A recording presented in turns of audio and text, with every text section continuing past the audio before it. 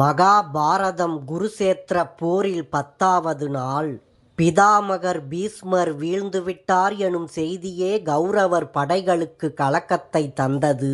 அடுத்த நாள் யார் தலைமையில் என்ன வியூகம் அமைத்து களம் காண்பதென கௌரவர்கள் துரியோதனன் தலைமையில் கூடி விவாதித்தார்கள். அப்போது பலரும் ஒரே கருத்தாக பரிந்துரைத்தது ஆச்சாரியார் துரோணரைத்தான். துரோணரின் போர் திறமைகள் பிதாமகர் பீஷ்மரின் திறமைகளுக்கு நிகரானவை. துரோணர் தனுர் சாஸ்திர வித்தகர். பாண்டவ சேனைகள் ஆகட்டும் கௌரவ சேனைகள் ஆகட்டும் மகாபாரத போரில் முக்கிய பங்கு வகிக்கும் பலருக்கும் போர்க்களை கற்றுத்தந்த குரு துரோணர்தான். அதோடு அர்ஜுனன், அபிமன்யு, பீமன் போன்ற பாண்டவ மகாரதர்களையும் சமாளிக்கும் உத்தியை அறிந்தவரும் அவரே. துரியோதனன் துரோணரை பணிந்து, இதுதான் வில், இதுதான் அம்பு, இதுதான் கதை என எங்களுக்கு ஆதி முதல் ஆயுதங்களை காட்டிக் கொடுத்து கற்பித்த கடவுளே, இந்த சீடனின் சேனைக்கு தலைமை தாங்கி எங்களை வெற்றி பெற செய்யுங்கள் என துரோணரை வேண்டி நின்றான். மனம் குளிர்ந்த துரோணரும் துரியோதனனை ஆறத் தழுவி, துரியோதனா, நான் உயிருடன் இருக்கும் வரை உன்னை எவனும் கொல்ல முடியாது. என் இறுதி மூச்சு உள்ளவரை உன்னையும் உன் சேனைகளையும் காத்து உன் வெற்றிக்கு வழிவகுப்பேன். இதுவே என் சத்தியம் என கூறி பொறுப்பை ஏற்றுக்கொண்டார் துரோணர். குருசேத்திரம் 11வது நாள். துரோணர் தலைமையில் கௌரவர்கள் படை வியூகம் அமைக்கும் செய்தி பாண்டவர்களை வந்தடைந்தது. பாண்டவர்களுக்கு தங்கள் குரு துரோணர் மீது பக்தி அதிகம். துரோணருக்கும் பாண்டவர்கள் மீது அன்பும் கரிசனமும் இல்லாமல் இல்லை. குறிப்பாக அவருக்கு தன் முதன்மை மாணவன் அர்ஜுனன் மீது கூடுதல் அன்பு உண்டு. மகனினும் மேலான சீடன் அல்லவா அர்ஜுனன். துரோணர் அவனை எப்படி மறப்பார்? போர்க்களத்தில் அர்ஜுனனும் துரோணரும் சந்தித்து கொண்டனர். துரோணரை கண்ட அர்ஜுனன் உடனடியாக தன் தேரில் இருந்து இறங்கி வந்து தன் குருவை வந்தனம் செய்தான். அதை கண்ட துரோணருக்கு பெரும் மகிழ்ச்சி. எதிரி நிலையெடுத்து நின்றாலும் குருபக்தி மாறாத தன் சிஷ்யனை பார்த்து பூரித்து போனார் துரோணர். போர் தொடங்கியது. ஒரு பக்கம் துரோணரை சமாளித்து கொண்டு மறுபுறம் கௌரவ சேனைகளை துவம்சம் செய்து கொண்டிருந்தான் அர்ஜுனன். போர்க்களத்தில் அர்ஜுனன் கால சம்கார மூர்த்தியாகவே காட்சியளித்தான். அர்ஜுனனின் காண்டீபத்தில் இருந்து வெளிப்படும் அம்புகளும் அஸ்திரங்களும் துரோணர் எய்வதை விட விரைவாகவும் அழிவை தருவதாகவும் இருந்தன.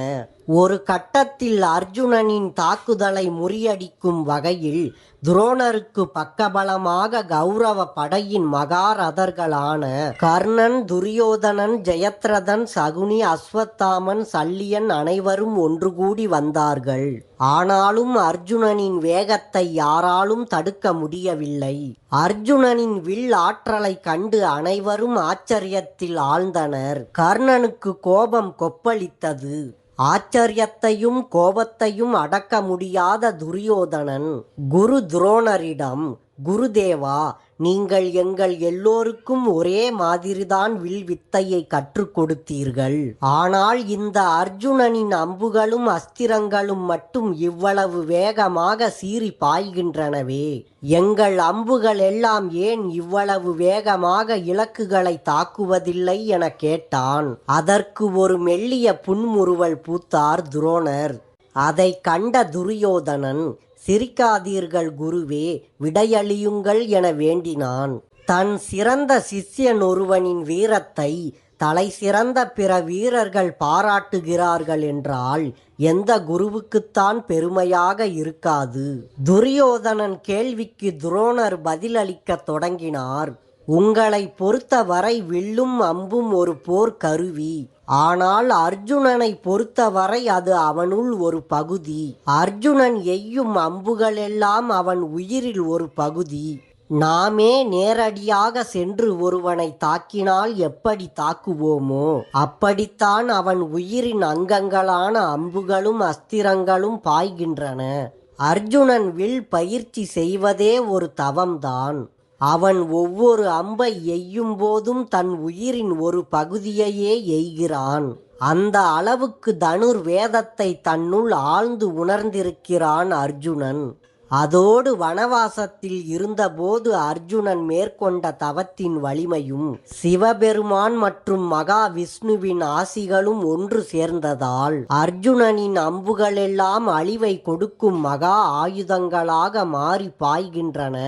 நமக்கு எதிராக அர்ஜுனன் பாசுபதாஸ்திரம், நாராயண அஸ்திரம் போன்ற தெய்வீக மகா பிரளய அஸ்திரங்களை பயன்படுத்தாமல் இருக்க வேண்டும் என இறைவனை வேண்டிக் கொள்வோம் என்றார் துரோணர். அர்ஜுனனின் ஆற்றலையும் பெருமைகளையும் கூறிய துரோணரிடம் துரியோதனன், நீங்களும் தாத்தா பீஷ்மரைப் போல் பாண்டவர்கள் புகழ் பாடாமல் நம் சேனைகளை காப்பாற்றுங்கள் துரோணரே என கடுகடுத்தான் துரியோதனன். செவிடன் காதில் ஊதிய சங்கு கேட்கவா போகிறது என துரோணரும் அர்ஜுனனின் திறமைகளை பார்த்து வியந்தபடியே போர் புரிந்து கொண்டிருந்தார்.